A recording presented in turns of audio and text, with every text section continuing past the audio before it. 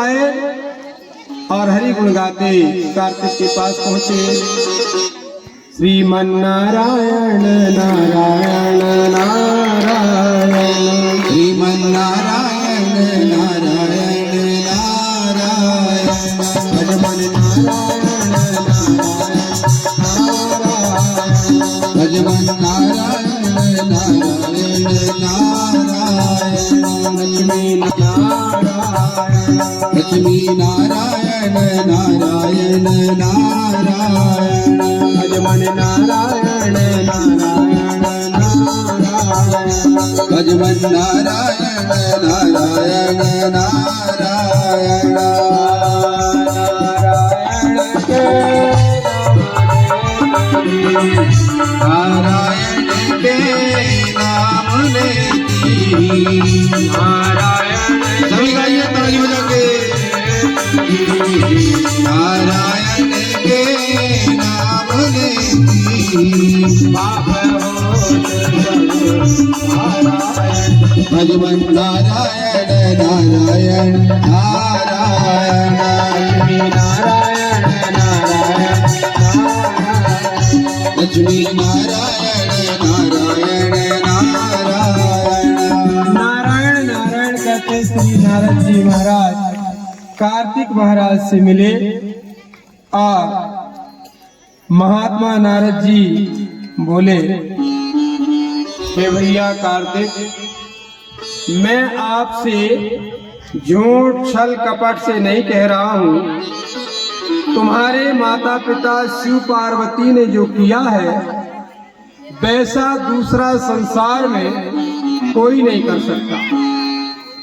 तुम्हें पृथ्वी की परिक्रमा के बहाने से घर से निकाल दिया, घर से निकालकर और गणेश का उत्तम विवाह कर दिया और उसे विश्वरूप ब्रजेश की दो कन्याएं दो स्त्रियों के रूप में मिल गई और विवाह तो हो गया भैया। मैं क्या बताऊं, अरे दोनों पत्नियों से एक एक पुत्र भी पैदा हो गए। सिद्धि से क्षेम और बुद्धि से लाभ, दो सुंदर पुत्र पैदा हो गए जो सुख को देने वाले हैं। दोनों पत्नियों से दो पुत्र पाकर जो तुम्हारे छोटे भैया गणेश हैं, माता पिता की अनुमति से सुख भोग कर रहे हैं और तुमने उनकी कपटपूर्ण आज्ञा से समुद्र तथा वनों से घिरी हुई पृथ्वी की परिक्रमा की। उसका फल यह मिला, हे तात, तुम्हारे माता पिता ने किस लिए यह छल किया, इसका तुम विचार करो। स्वामी अर्थात पिता पुत्र के बीच में जब ऐसा कपट होगा तो दूसरा दूसरे के साथ क्या नहीं कर सकता। मेरी समझ से तुम्हारे माता पिता ने यह अनुचित किया है। तुम भी विचार करो, मुझे अच्छा नहीं लगा। यदि माता पिता विष दे दे, माता विष दे दे, पिता यदि बेच दे, राजा यदि सब कुछ हर ले, तो किससे क्या कहा जाएगा। ये नारद जी कह रहे हैं, जिसने अनर्थकारी कार्य किया, हेता शांति चाहने वाला उसका मुख भी न देखे। यह नीति वेदों शास्त्रों तथा स्मृतियों में कही गई बात है। तुम्हारी जैसी इच्छा हो वैसा करो।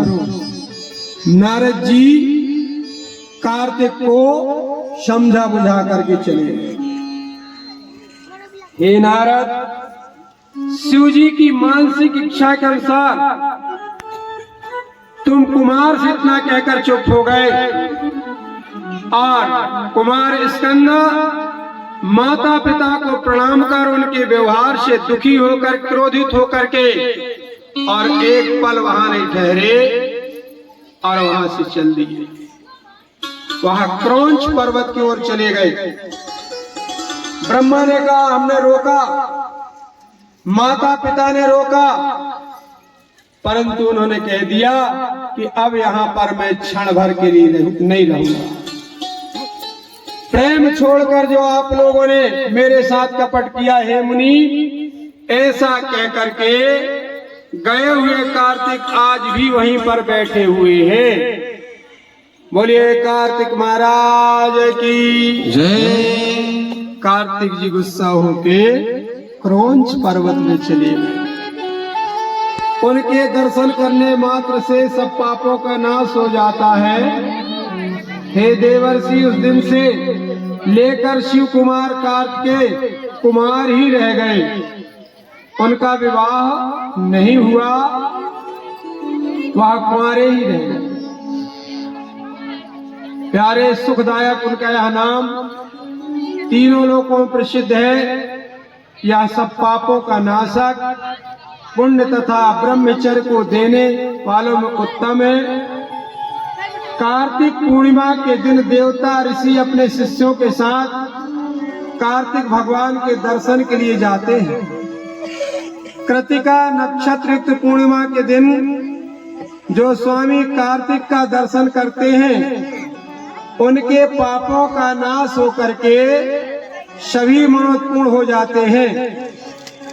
अब बड़ा बेटा पार्वती जी का चला गया, उससे माता पार्वती बहुत दुखी हुई और उन्होंने शंकर भगवान से कहा कि मेरा बेटा कहाँ चला गया,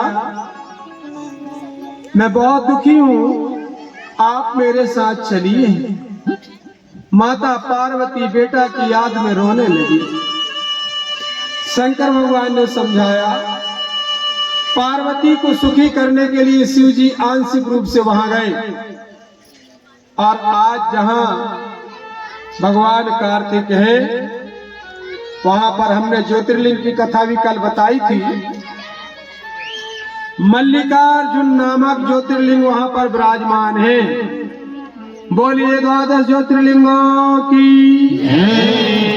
आज भी शिवा के साथ शिव जी वहां पर विराजमान है, जो अपने भक्तों की कामनाओं की पूर्ति करते हैं, सज्जनों और सज्जनों के भी रक्षक हैं।